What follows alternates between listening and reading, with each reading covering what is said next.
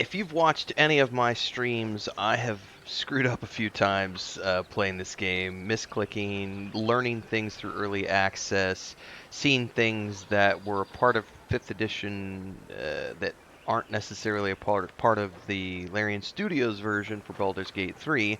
And so I wanted to put together a video about the top 10 mistakes that you might make because I've already made those mistakes and I want to help you avoid them as well so that you don't waste time doing things like, failing something and having to reload and, waste 20, 30 minutes of your time.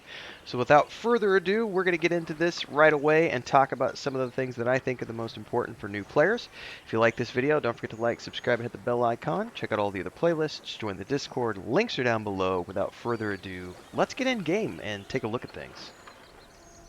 So one of the things that I didn't know until I was actually in the middle of a live stream and someone in the chat was like, hey, did you know you could do this? And I went, no, I didn't.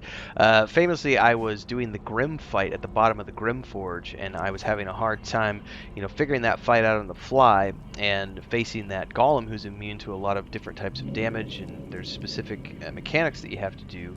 And someone said, hey, why don't you inspect him and examine him, and it'll give you more information. And I went, what are you talking about? And they told me what they were talking about, and I was like, oh my gosh, that's amazing. I need to make that part of my regular routine. And I think a lot of players don't understand that you can do this. So when you go to attack a mob, you're going to see a percentile that shows up based on a lot of different factors. But what a lot of people don't know is what are the factors that go into determining your hit chance, and also if this mob has any resistances or immunities and things of that nature. If you're on the mouse and keyboard, you can just simply hover over the monster you want to inspect and you hit the T button, and it's going to bring up this tab right here. And the first one shows a summary. We see that this is a level 10 fiend with with AC 17, 73 hit points, and these are its stats. It also has these conditions. It's currently ambushing because they're currently lying in wait, but we caught them. And then these are the resistances that it has. Slashing damage is halved, piercing damage is halved, bludgeoning resistance is halved, and you're going to see this reflected in the fact that when I try to attack it, it only has 50%. So that's part of what's going on here. But it's also got resistance, to fire, cold, and poison. And then it also has these features. It has dark vision, devil's sight, magic resistance, and opportunity attack. Now you can also go into the detailed view and see it here where you can see its hit points, armor class, race, initiative, movement, type, size, weight, so on and so forth. Now that's how it looks for the keyboard, but how do you do it on the controller? So let's go ahead and switch over to the controller UI really quick. And it's the same thing. You'll need to left click the thumb pad. Right now we're in move mode. Left click the thumb pad. Don't run up there, Gale. All right, whew. Left click the thumb pad to go into your free look mode, move over to the mob, and once you're over it, hit the, in my case I'm on the Xbox controller, hit the X, and it's going to bring up this window, and you can scroll down to the examine, and you're going to hit that with the A button, and it's going to bring up this tab where you can see the exact same thing. And if you want, you can scroll down through here and look through, and if you want to hit the inspect, you can go ahead and bring up that window, and you'll see, what do hit points mean, so on and so forth. You can look at its armor class and so on and scroll down through here. It's a fiend, all these different stats. You can expect the stats. You can expect all these things if you want to learn more about constitution as an example. What is dark vision, devil's sight, so on and so forth. So that's how you do it on the keyboard. And then to do it on the mouse, mouse and keyboard is the T button, and on the controller it is the X button. And that's how you inspect mobs, examine mobs, and find out more about what's going on behind the scenes in terms of resistances and things that might affect your hit chances and damage rolls. Alright, now any type of spellcaster that you have in the game is going to have a variety of spells at their disposal.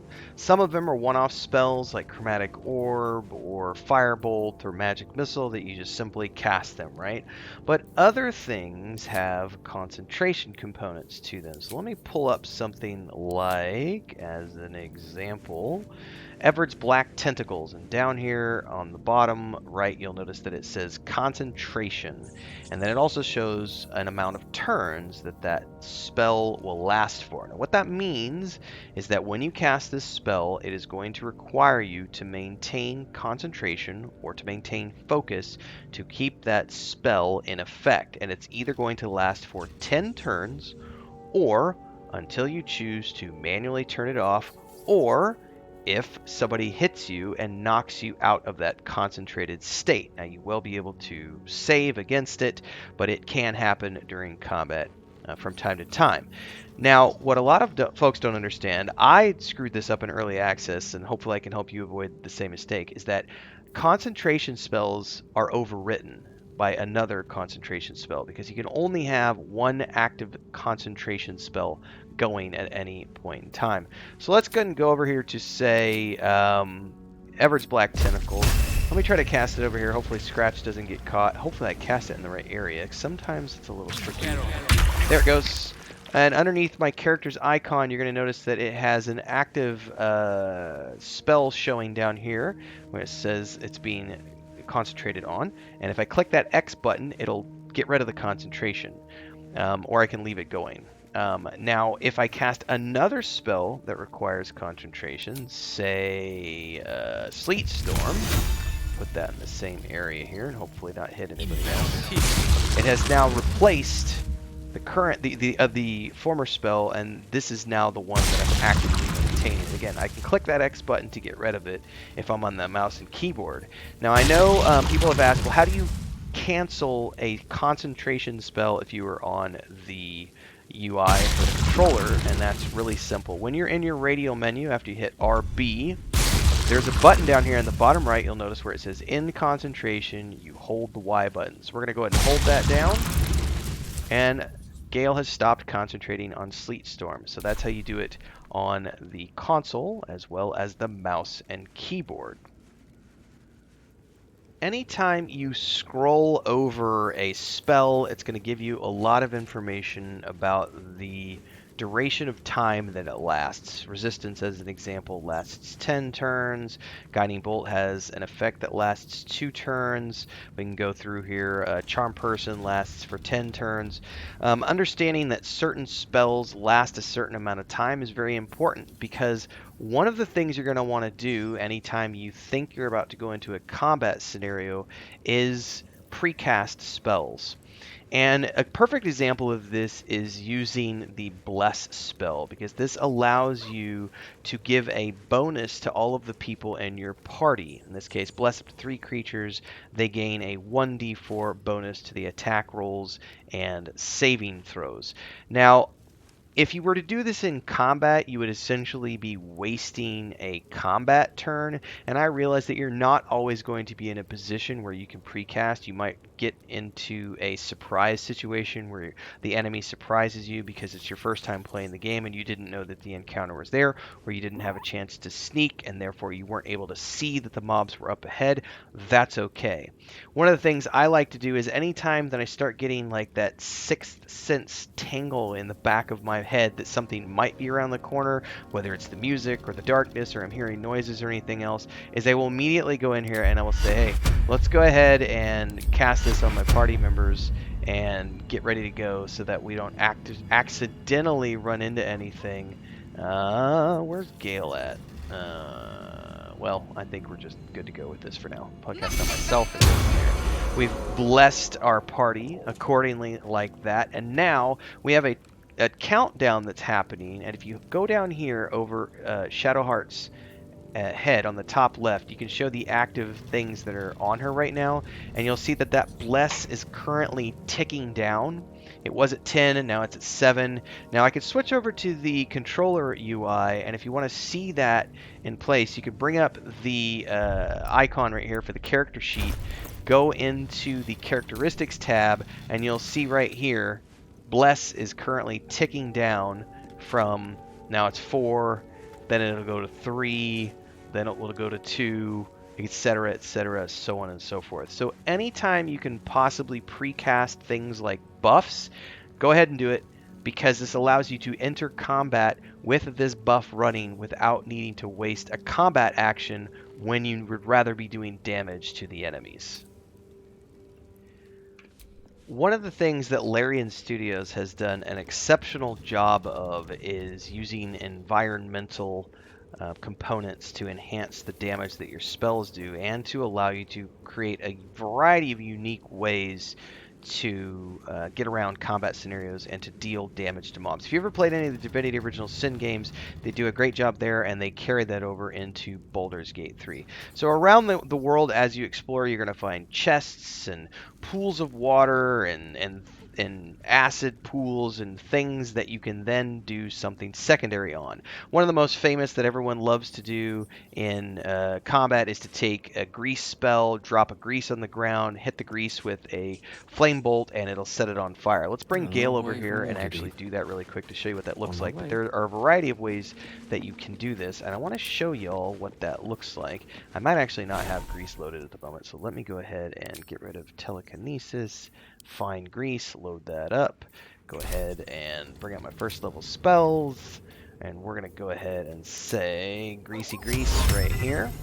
Once we got grease down on the ground, we can then set fire to it with a firebolt if we wanted to, and boom, we now have fire all over everything.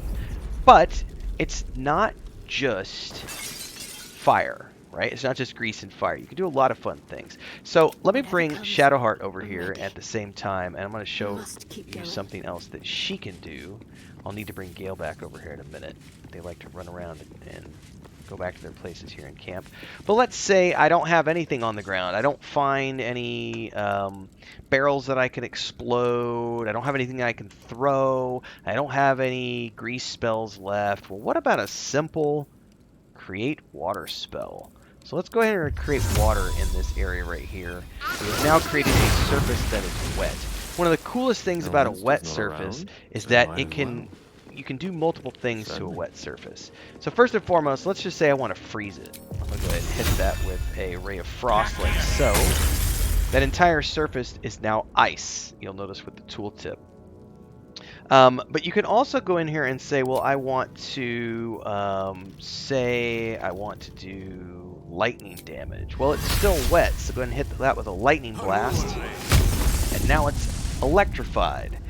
So every surface in the game, whether it's grease or water, can be impacted in some way, shape, or form by spells to impact the area with elemental damage. And while things like grease, once the fire is gone, it's gone, things like water stay in place a little bit longer, so you can do multiple things to them during the same combat encounter. At some point during the game, we have all come across a scenario where we have failed a roll, and we're faced with the decision of, do we use an inspiration point to re-roll?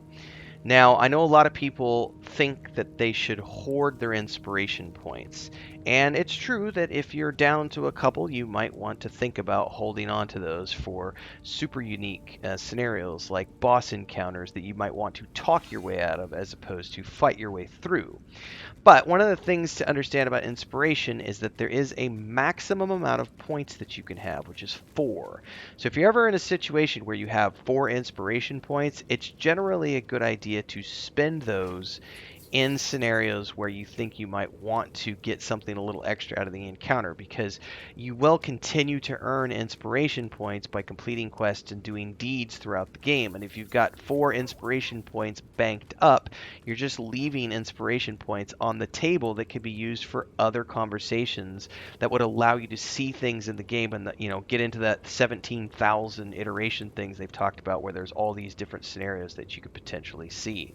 So again, it is a situational decision about whether or not you think it's worth using your inspiration points or not, but given the fact that you can only have 4 of them at any given time as the max, if you've got 3 or 4, you're better off burning through those points because you will continue to earn them as you play the game. It doesn't necessarily mean that you have to spend them, but I would recommend spending them as often as possible, unless you just are down to like 1 or 2 and you think that there's a boss fight coming up. Then you might want to hold on to them. But otherwise, if you've got 4, you just need to use them because you're going to get more and they're just going to not be able to be used. So that's another good tip for you. Reactions are a huge part of combat.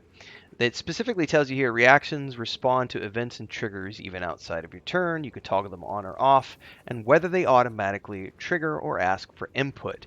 What's really important here, and the mistake to avoid, is that you don't always necessarily want to have these things happening without you knowing that they're taking place, because sometimes they're going to burn up a spell slot, but not always. So if we look at this here, opportunity attack is something that everybody gets. It attacks an enemy moving out of your reach. And you'll notice that some of these are toggled on so that it's prompting me. The game is going to pause and ask for my input. It's going to ask me, do I want to do this or do I want to not do this? I leave opportunity attacks off because I always want to do additional damage to enemies if they're moving out of my reach. I always at least want to make that attempt. And I don't need the game to ask me if I want to do that. This one, on the other hand, we could probably turn this one off. I just got this one recently. So we're going to go ahead and turn that off. This is indomitable with Lae'zel, so whenever I fail a saving throw, I'm going to roll again using the new result instead. But these two, I want it to be toggled on. I want it to ask me when something is triggered here. So this one is shield. When you're about to be hit by an enemy, you can choose to increase your armor class by 5, and you basically can become immune to magic missile, which is freaking amazing. And when this happens in combat, you're going to get a pop-up window that says, hey, do you want to shield yourself? And then it's going to give you an option between shield level 1 or shield level 2. Now the important thing here is to understand that if I know that whatever the mob or the enemy is attacking me with is going to be something that I might have a high resistance against, or it's going to be something that's only going to do 5 or 6 hit points and I've got 127 hit points, I'm going to choose to just ignore that and not burn up a spell slot and just let that attack happen. Similarly, if I look at Gale as an example and we go over to him and we bring up his reactions tab, things like Counterspell, those start at level 3, so if I'm not careful, I can very quickly burn up a bunch of level 3, level 4, or level 5 spell slots, which means I won't be able to cast any fireballs because I don't have any spell slots left because I've been interrupting spells throughout the combat encounter. And so this is another scenario where if I see a spell that is incoming, it asks me to counter it, and I see that it's a weak spell that's only going to do a few hit points. It's not really going to bother my party that much. I'm just going to choose to ignore the counter spell, and I'm going to save that for the big things. You know, if someone's trying to cast a fireball in my group as an example, I'm going to say, not on my watch, and counter it accordingly. So it's important to understand that everybody gets some form of reactions. Everybody's going to get the opportunity attack, but then things like, as an example, I have a shield on Shadowheart, which has this reaction on it, and it doesn't burn up anything when it does, but it's really cool because I can actually turn that off, actually. It prompts the person who just attacked me to either make a dexterity saving throw or fall prone. And if you were watching the live stream from the other day when I went up against the Displacer Beasts in the Gauntlet of Shar, I kept knocking the Displacer Beast down over and over and over because it was prompting shield blow. It was really cool. And then this one is the Divine Strike, which is going to do additional poison damage. And so it might ask me whether or not I want to do this. And the key here is, like, is the mob immune to poison? And that's the reason I've kept this turned on, is because if I know that something is immune to poison, I might choose to just not have that go off. But that's how you do reactions. It's important to understand that some of these burn spell slots, so you don't want to burn your spell slots by accident. Make sure you toggle these accordingly based on the classes that you're playing. I feel like short rests are another one of those little things that a lot of players don't use because they think they might be wasting them because they only have a handful at their disposal. Essentially, anytime you are in a adventuring scenario, you're going to have 2 short rests available for every long rest that you take. So in essence, twice a day, you can choose to do a short rest. You're going to restore 50% of your hit points, and then in some cases, like for warlocks, you're going to restore their spell slots. That's hugely powerful for warlocks. But it's also important, so you can see Gale over here on the left, he's down to 81 hit points out of 97. I might not want to burn up any of my valuable potions or any of my heal spells that I have with my druid and my cleric. We might be really deep into a dungeon, or we might be in an area where I'm not allowed to, fast travel, as an example, and I might be in the depths of a dungeon in a really dangerous scenario, and so I'm trying my best to go as far as I can, and so I might be chugging potions all the way down and get to a point where I don't have any potions left, or I want to conserve my potions for later on.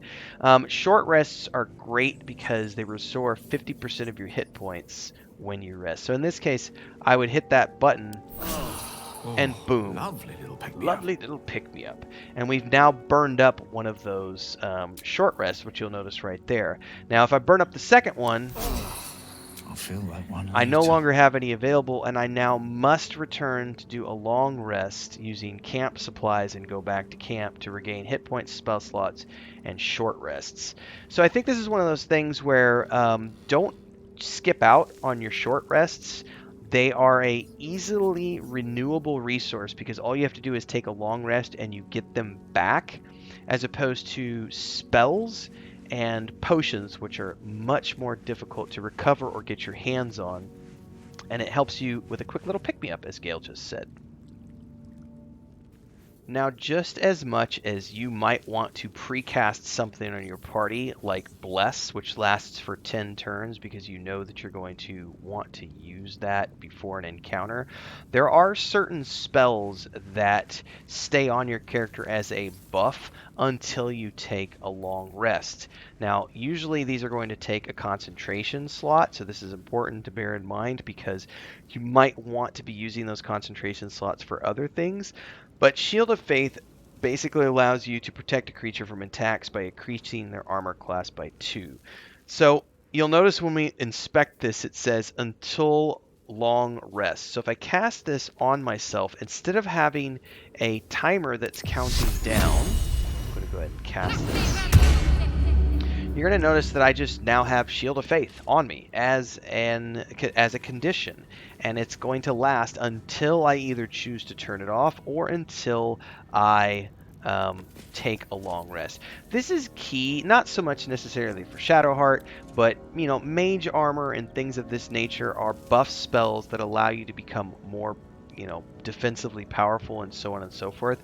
And there's various spells that you can look at that you can cast on yourself at any point in time, and when you do it out of combat, you're not burning up one of those very, very, very important and limited actions that you can take during a combat scenario, because there's only so many things you can do during any combat situation, and most of the time you want to be dealing damage as often as possible, but maybe you need to be casting a heal or something.